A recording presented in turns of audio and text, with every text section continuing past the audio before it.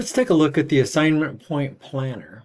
The assignment point planner is a special spreadsheet that we created to help you figure out your points. Kind of think of it as a blueprint to create your course, and you can do this well before you start developing the content so that you can lay out the plan of what you're thinking about doing in your particular course. So the way this is laid out is we have our 8 weeks here across, and then we have different kinds of assessments down. Okay, and then we have some other points down here at the bottom where we can talk about the number of pages that are reading out of the textbook or out of the library and PDFs. And finally, any number of minutes of videos like YouTube videos or videos that you create that we can put in here. This is all something that's really, really important for figuring out how robust the course is and see if it's academically sound enough to meet the requirements for our courses. Let's focus here on the top part to talk about assignments and planning here at the very beginning. What we're trying to do is reach 1,000 points. And so all of this over here is some math that's done for you. Here in the gray in column J are things for you to develop, to add up things for you. Sorry about that, went blank for a second. So for example, let's just say that most of our courses we have a discussion every single week. So if we pull this across and say that we're going to have a discussion every single week, now you see that the math has been taken care of and we have 8 discussions. Right now we said maybe it's going to be worth 50 points a piece. It's going to be 400 points total. Come down here to 400 points total. And right now that's 100% of our assessments. So now let's say that we're going to have a weekly written paper in weeks 2, maybe 4, 6, and then maybe a summary assignment, a mastery assignment here that's going to be due in week 7. So we can start to put in some numbers. Now we need to add the points. So in this case, we say each written paper is worth, we'll say 150 points for now.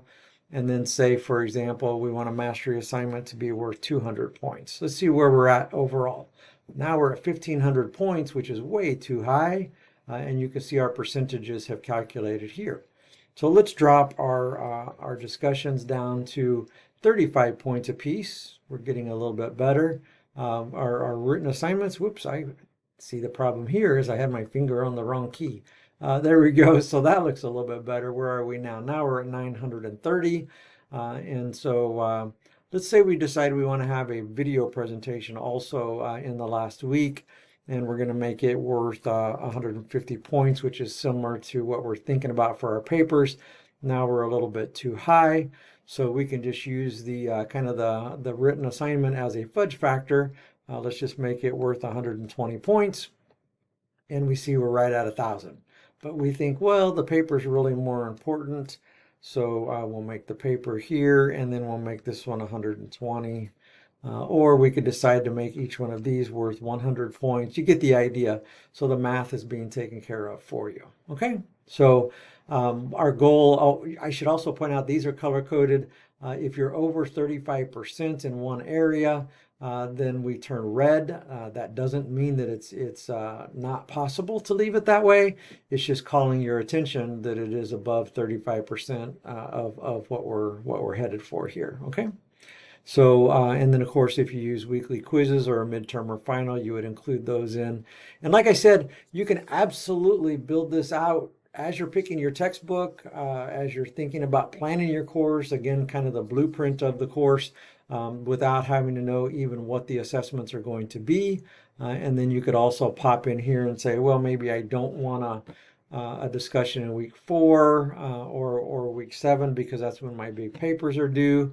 And then you can start moving some numbers around. So that gives us a little bit more point thing. You could also have some team work or group work. That's why we have some rows in this particular area. And then, of course, if you just have some worksheets or journals or something like that. Okay, I hope this overview helps, and I hope you enjoy using the assignment point planner. Thank you very much.